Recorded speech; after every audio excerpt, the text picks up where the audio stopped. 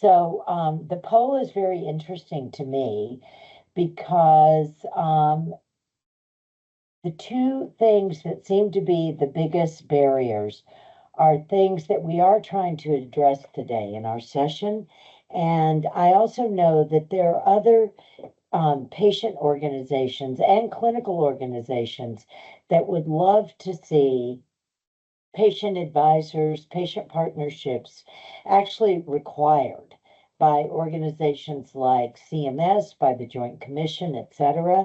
And I think if that were ever to happen, that might help address some of the cultural barriers, and it certainly would help address the lack of funding to support the partnerships, which I think is a huge barrier. And I often find it interesting that clinical leaders they don't really understand why we should be compensating patients or family members, even though we'd never require our staff to do this work as volunteers. So I think that's also a cultural issue that we all need to try to address and change.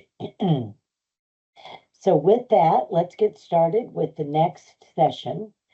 We're now going to be moving into some very practical presentations from different perspectives, and actually different perspectives from around the world, about how people have led this kind of work very successfully. So our next speaker in this part of our program is Bev Fitzsimons, and I'm actually not going to read through all the bios. They are on the Research Summit website because I really want to give our speakers as much time as possible. But Bev is the former CEO, recently retired from the Point of Care Foundation in the UK, and she is going to be talking about work that they have done in co-design with two of her very active, two of many, I think, very active patient partners, Sumayya Mulla and Mo Ade, who are both women who have extremely deep experience in both personal lived experience and experience working in various ways to improve maternity care from the perspective of mothers in the UK. And they're going to be sharing their work on the Listen to Baby project. So let's get started. Bev, please jump in. Thanks ever so much, Susan. I'm very grateful to be here. Thank you very much for inviting me. So in this presentation, what I'd like to do is talk about a method that I've used called experience-based co-design. I'm going to share a definition of the method, something about its origins and how it came about and the theory underlying it. I'll talk about the process for co-design. If we could just stick with the title slide for a moment, please, if that's okay. The first one, lovely, thank you so much. And then finally, what I'd like to do is, with the help of my colleagues Mo and Sumayya, I'd like to share a little bit of information about the practical application of the co-design process in a UK study called Listen to Baby, which is ongoing and is using EBCD, experience-based co-design, to look at the practice of intermittent auscultation, or IA, in the monitoring of fetal well-being in the labours of low-risk women. IA is the practice of listening intermittently during labour as opposed to continuous fetal monitoring. Mo and Sumayya are service users and they're co-researchers, co-investigators on this study, and they will tell you about what it's like to be part of the co-design process and their experience of that. So if we could just move on to the next slide, I would like to begin with a definition. So experience-based co-design is a method where users and providers work together to optimize the delivery of services. At its most participative, this is called co-design. Service development, which is driven by the equally respected voices of users and professionals. And this will be sounding very familiar to you now, having listened to all of the other presentations during the day. The terminology is often of and co-design is often overused and is used to include things like consultation or collecting data on user experiences. And these are not co-design unless service users are also involved in the design of solutions. The key things in this definition is that the work is conducted together. Service users are not simply providers of data, they're equally respected voices who work collaboratively with the professionals to design the solutions to the challenges faced. So moving on to the next slide, I'd just like to say a little bit about its origin. And its origins are really in design theory, and we heard a lot about that from Maura this morning. So this will be instantly recognizable in product design, software design, or architecture, for example. It's less frequently seen in healthcare design where it's a newer concept, in that we're designing experiences, or that even that experiences are the logical conclusion of how we design services. It would be unthinkable in product design for, say, Apple to design a product without thinking first, not only would it work and would it be safe and reliable, but what are the aesthetics of the experience? EBCD projects often focus on the aesthetics of the experience, that is the human environment, the way people interact, and also the physical environment. So talking about the ideas that underpin the co-design, if we just move on to the next slide, it's really the origins lie in three big ideas, which come together by the concept of co-production. First is that professionals need clients as much as clients need professionals. This idea really came to the fore in Elinor Ostrom's work in the United States, which is the idea that citizens and local governments to jointly provide the public services. Her work was in policing in Chicago. Ostrom's findings provided evidence that supported the effectiveness of cooperative arrangements in public services design and delivery.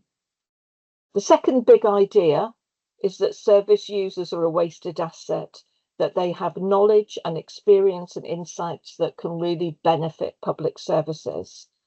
And finally, the third big idea is that we all depend on the core economy, which encompasses unpaid and unpriced activities and the social structures of families, communities, and civil society.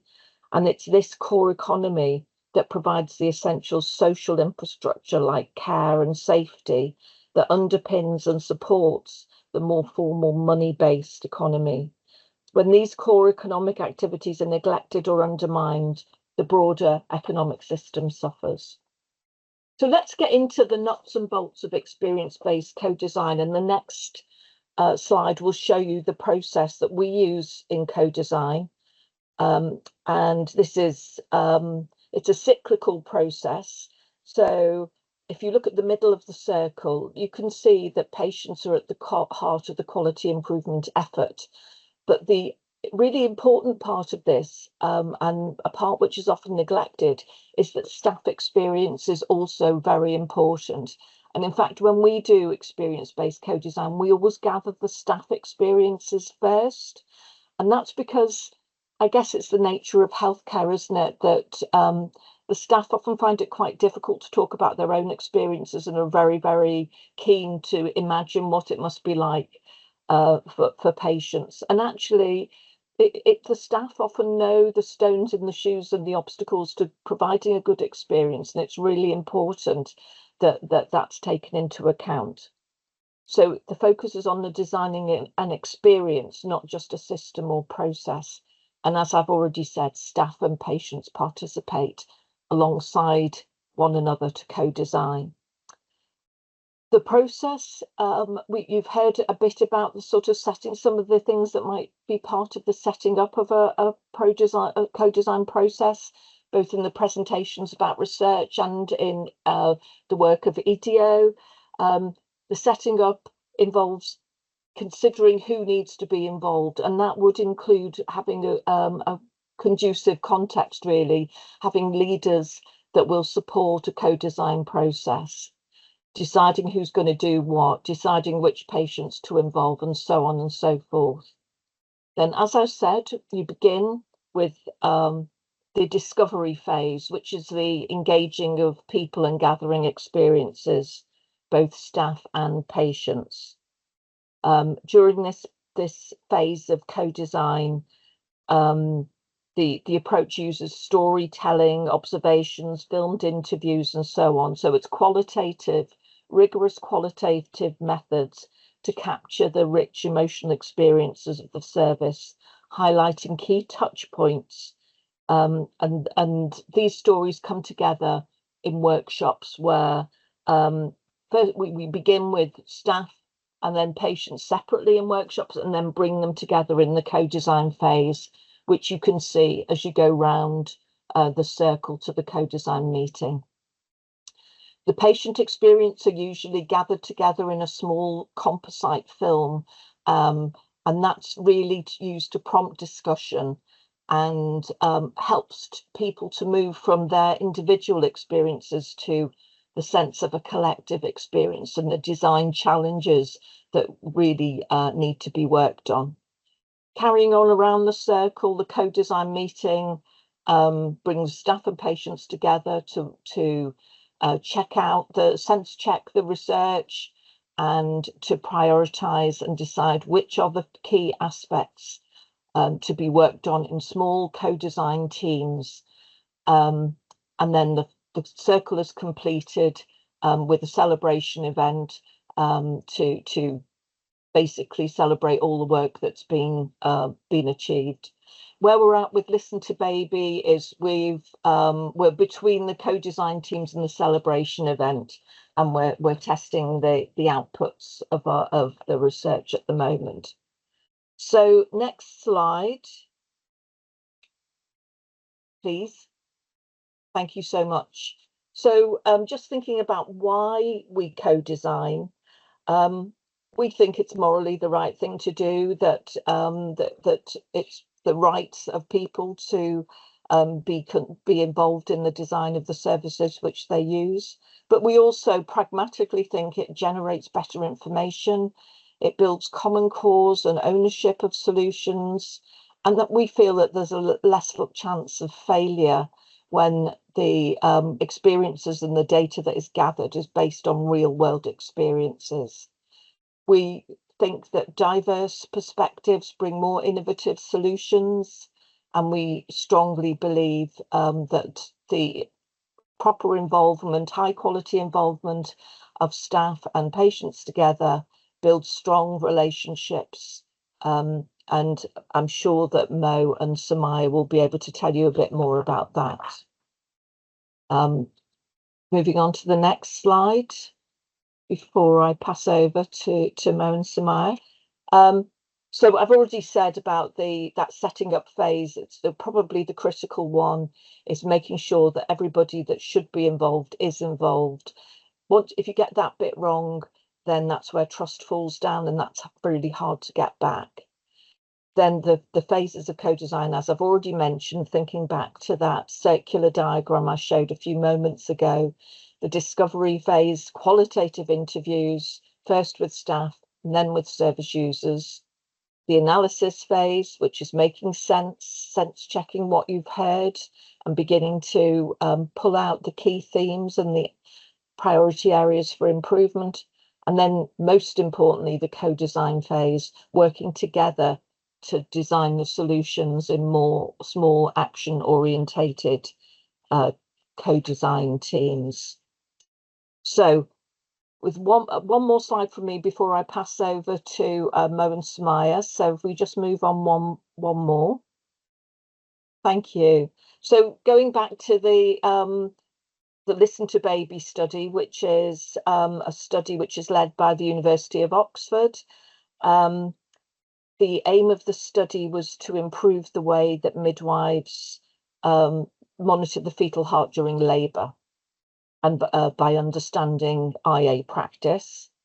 The output of the research is a toolkit for maternity units to support the use of IA in eligible women. And most importantly, and the thing that I really want to focus on, is the project we're co-designed throughout. So Mo and Sumayya are co-investigators with the same status as researchers on the team, and have been integral members of the team throughout, and have shared with all of the decision making, as well as the co-design activities.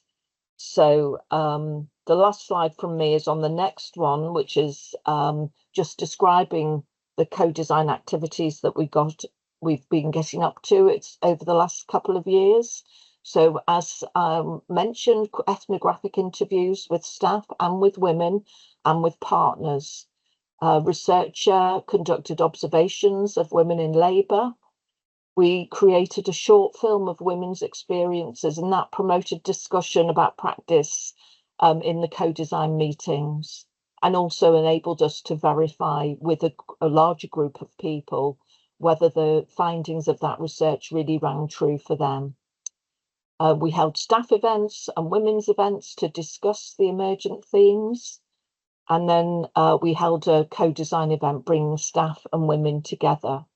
We've worked with 4 small co-design groups that have met 7 or 8 times over the course of the study to start to think about some of the design solutions. And more detail about the research is been written up in that journal article, which is mentioned at the bottom of the page. So that's all from me, and I wanted to bring in Mo and Sumayya to talk about their experiences of being part of this process. So Mo and Sumayya, over to you. Hi. Hi everyone, thanks Bev. I don't know whether one of the team could just see whether they could switch Mo's camera on for her, because she said that she's struggling with that a bit right now.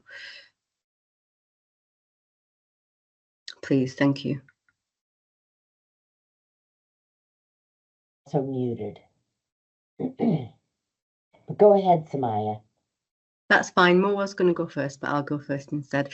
Thanks so much, Bev, for that introduction. It's been a really heartening day, really. I'm in the UK with Bev, so we had a whole work day before this, but the last few hours have been really enlightening and really uplifting, because it's really good to hear that everybody here is doing such great work. Hi Mo, you're on. Yeah, hi Mo. That's fine, Mo, you carry on. I'll come back in a bit later. Okay, thank you very much, Sumayya. Thank you. Yeah, my name is Mo, and it's brilliant to be here. I sort of think of myself as this multitasking mom. I'm an educator as well. I describe myself as a mother-baby champion, and indeed a maternity and neonatal women and families' voices represent and leader. And I do lots and lots of things. I wear lots of hats. I say that quite a bit. And of course, I'm here in my capacity as a public patient and involvement voice, co-investigator on the Listen to Baby research. My involvement started way back in 2021 with this email from someone I'd never heard of, but who had got in my contact from another PPI connection that I had. And given my passion, really, with all things development and improvement in maternity and neonatal care, the focus of the research really caught my attention. And even though I was very busy, I was determined to make time for it regardless. And so Sumayya and I started our journey as co-investigators in the research, pre the research funding application completion. So really early on in the research process. And right from the start, and I think I could say this for Sumayya as well, we were treated as equal partners in so many different ways. The value of our time, in taking our needs into account and making adjustments accordingly, in the discussion of our views whenever we contributed, and really in all the contributions and that we gave sort of during our time on the project, and we're still involved with the project right now, and we've contributed in so many different ways. For example, when it was sort of noted that quite a number of the team were not as familiar with the evidence co-design methodology, the sort of training was offered by Bev, and unfortunately Sumayya and I couldn't make the time of the training that the rest of the team could make. And I mean, they went out of their way to make sure that we could have the training at a time that was convenient for us. And I think we did it on a Saturday in the end, didn't we? Because we're struggling so hard to find a time that worked. And it's one of the things I think we love about being part of this and how they made us feel, because we felt that our time was as valuable as their time. We felt that our voice mattered, in every way. All the different ways that together, we agreed how that was going to be the best way for us and for them. So for example, what was okay to sort of email, and what actually was better for us to do over WhatsApp. Any additional support that we needed, was provided for us, including just opportunities as well to develop ourselves. As I said, we sort of had the evidence-based code design training, but in addition to that, we were able to contribute through what they called a PPI tracker, where we could sort of note down some of the different things that we contributed and the sort of changes that we're bringing about in the research project through our involvement. I remember once putting a caveat before a suggestion that I made on an online meeting that we had, implying kind of the status of the researchers on the project was sort of higher than hers, than my status within the research. And I remember the lead researcher saying, and I've sort of not forgotten that, I might not be quoting it exactly, but basically sort of the essence of it. And she said something along the lines of, we all have equal boxes on the Zoom screen. It was very reassuring, but in a very friendly way. And in that moment, I can't quite communicate in words how empowered, I felt. And I should say to you, I feel pretty comfortable and, in speaking up as a service user, and I'm pretty empowered in that sense. But just those words made such a difference to me. And I think I would say that the process that we went through really modeled an approach, a saying that you've probably heard before: nothing about us without us. Ultimately, even though the project was about, sort of things that midwife needed to do, it was ultimately about women, the care for women, in the particular focus of the project. And so all through the project, that voice came through in the different sort of steering groups and service user groups that they had, which was absolutely wonderful. One thing that I think, and even though it wasn't sort of directly said, but that was very much within what we did, which I also really loved, was the use of stories.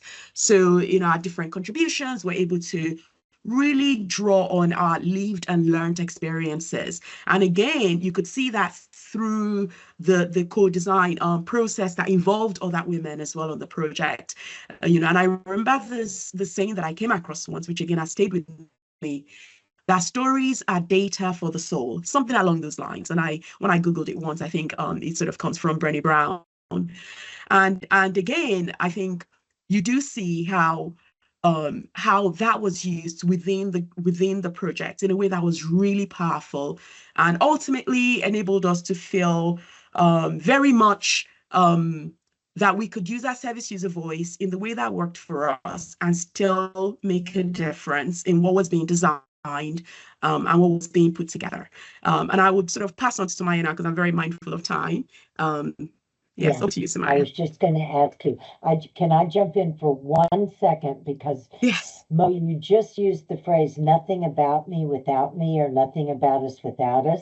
Yes. And you reminded me that came out of a week-long seminar on patient and family-centered care, and that phrase was proposed by a British midwife. And yeah, a it's lot a of big people, phrase. everybody Yeah. attributes that to a million different people, but Yes. it was a British midwife that first used that phrase. Anyway, Oh, go wow. ahead, Sumayya. Thank you. Yeah. Yeah. That's fine. It's good to know the Brits will take the win on that. We don't mind. But thank you. It's, like I said, it's been really heartening to hear so many different but really similar approaches today. So much about collaboration, so much about community and community organisations. And like more, I wear a few different hats. I'm a mom, I'm an educator too.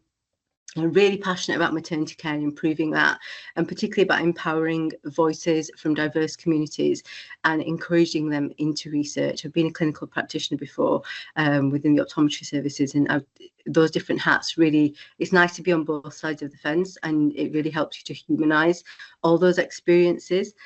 So when we hear different stories from service users of maternity care, we can see the human side of how difficult it is to be a midwife. We can see the human side of how difficult it is to be a patient. And it's almost imagining both of those on their worst days and how things can go wrong and how those experiences can live with those women. On both sides, it's got to be difficult. Having a bad day at work and a bad day as a patient can be really tricky, and it's trying to navigate that. So we kind of tried to split all the things that we wanted to say a little bit, and Mo referred really well to the GRIP2 document, the PPI tracker. And that was a really useful document, because even when I've looked at it today and in preparation for this last week, it's really shown what an impact having that patient and public involvement voices has right from the outset. We were involved in this right from writing the initial bid stage 1 application. And like Mo said, our box on the Zoom screen was the same as everybody else's. Our voices were really well heard and listened to. And it's really nice to see in black and white the impact that we made when we made a suggestion, like I made a suggestion in one meeting, when, you know, we were talking about, well, how do we get consent from these women about having somebody in the room while this woman is labouring? And do we need to get consent from women? And we sort of said, well, how do midwives talk about this? And I suggested, well, what about if there was a script given, rather than just relying on, yeah, midwives have got really good judgment in that moment when you've got so many plates to spin, just having a script to just help to anchor them would have been really helpful. So that was sort of one suggestion. And it's nice to see that in black and white on the tracker, to say, well, actually, because of that, then there was a script given, and, you know, this is how our researcher used it when she was on site. And it's these little things, because the midwives have got so much to do, it can get lost. All these things that what we think are small things can get lost within sort of their professional duties, and that can be difficult. So those were sort of some of the things that kind of came across. One of the questions that Bev asked us to think about was, what do PPI sometimes pick up that maybe the professionals don't, and the other way around? And sometimes it was nice to, I think the midwife sometimes accepted that some pieces of equipment either didn't work as well as they should have. And we were surprised, and it's written 2 or 3 times on our PPI tracker, how Dopplers are not waterproof, but they are used. Both ends of them are not waterproof, but they're used in a birthing pool regularly, or that they're not always charged and ready to go. And we thought these are really small changes that, you know, can be quite actionable outputs at the end of the study. So these were a few things that we were able to be quite quickly impactful on. And other things like using our network. So Mo, obviously, she's quite active within the MMVP world.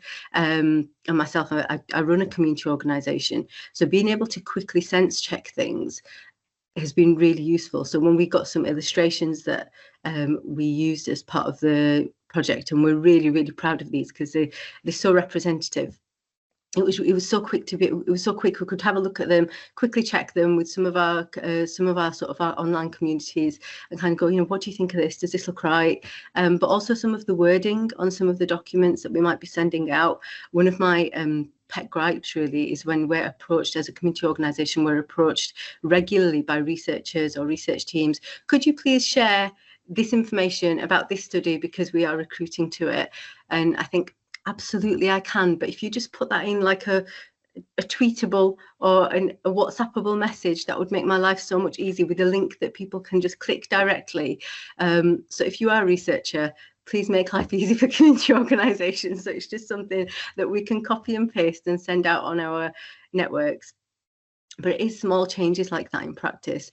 And absolutely, I loved hearing from Susan and Maura, I've written all your names down, Karen, about building that trust and empowering those community voices, but also reimbursing community organisations and those women who share those experiences, and those families and those men who share those experiences properly, easily and quickly, because admin is life. It takes a long time, and if we can iron those things out, it will make participation so much easier. There's so many things that I wanted to say. I hope I've covered at least half. But if I haven't, I'd be happy to take any questions. All right. We're going to move to questions now. And our first question is, I think probably for Bev, but the question is, are you aware of any uses of the EBCD methods in the U.S.? And if so, can you tell us a little bit about that? And then can you also share a little bit about what a celebration looks like? Sure, I can easily do that. Actually, for the first question about EBCD in the US, we had a very long partnership with the Vermont Oxford network of neonatal units, which only came to an end about a year ago, and there were at least a dozen EBCD projects in neonatal units, and certainly the Vermont Oxford Network website would have that information, but if not, if people reach out to me, I can tell them a bit more about that. So there are certainly 12 units that I'm aware of. Although it's not the US, we've also done a lot of work with a caregiver organization in Toronto, which perhaps isn't too far.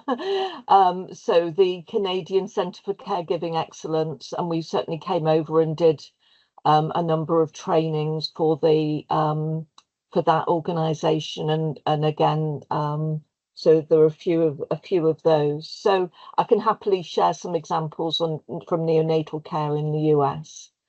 I've already forgotten what the second question was. Celebration? What does the Oh, it's a celebration look party. like? I mean, it can be whatever you would like it to be. It depends on the context. But we think that this kind of work should be the way of working. And the way you give energy to it is to take stock of what you've achieved and provide proper acknowledgement up to all the people who've contributed. So, for example, I did an EBCD project, and again, I've got a lot of maternity examples for today for some reason, but so the experience of women who give birth in the operating theatre at St George's Hospital in London, and we had a celebration event where the women who'd given their stories came along, the babies came along, the staff came along, the findings and the outputs came along. I'll never forget the all of the junior anaesthetists having to jiggle babies and prams while people gave speeches, and it was just, it's a celebration, it's a party. Sometimes quality improvement's really hard, and you can think that you haven't done very much. And I think putting a mark down that says, look at what we've achieved, and look at what we've achieved all together is really important in giving energy. So yeah, when we've had our Listen to Baby celebration, which we haven't had yet, we'll have to send you some pictures. That is wonderful. We hardly ever give ourselves time to celebrate all the work we've done and our successes. So we've got a few more minutes before this session ends, and I'm just going to see, Mo, do you have one other suggestion, words of wisdom you'd like to share? And I'm going to ask Sumayya to say this to contribute as well. So. Yeah, thank you. I always say that it's so vital to have the voices of those who are using the service being right at the center of any improvement or development that is done in relation to their care, because it is going to affect them. It's going to change their lives in incredible ways, and sometimes for good, sometimes not good. Whereas care providers, very quickly, they move on to other things, even though things stays with them as well. So to save money, to save time, to increase the joy for everybody, make sure that you do not do anything. Don't do for, always do with. Always do with. Thank you. Oh, that's wonderful. Thank you. Sumayya. Mo always has such passionate words of wisdom. I love listening to Mo things she says. So it's a high bar to set against. But I think for me, my community spirit, I think, always comes out. And it's so important as a researcher, as someone who is in the field, and you are wanting that buy-in by the people, because sometimes even as a patient, you don't realize you have power. And this is across the world. It's lovely that within the NHS here, we sometimes sometimes people still don't realize that they have a voice that can be heard, and that it's okay to question, and it's okay to question why a procedure might be needed, or question even after the event why some things might have happened, and that support is there. But I think that there is a lot of hand holding to do, and that can be of patients, but quite often when you're working with community organisations, education both ways is really important. So if you can, once you've got that buy-in from a community organisation, and you can go to them for relevant support for your projects, educating those patients, helping them to understand that their voice is empowered, that the process of research, whilst it is natural to researchers, it is a whole new language, I think it was referred to earlier, to other people. And if you can educate them a little bit in that, most people are so willing to learn and so willing to feel empowered, given a little bit of information and given a little bit of training. And if there is that opportunity to do that hand holding, that investment will help you so much more when you are looking for that recruitment to your studies and to your focus groups, so much more along the way. Well, you all are amazing. And I just want to remind our audience that I think it's indicative of your all's passion for this work, that it's nighttime where you are. It's the middle of the afternoon for us. It's about bedtime for you all. So thank you so, so much. And I also just want to encourage everyone participating to reach out to Bev and Mo and Sumayya to learn more about the work that they are doing and have done. So thank you. Thank you so much. And I think we're going to move to our closing session.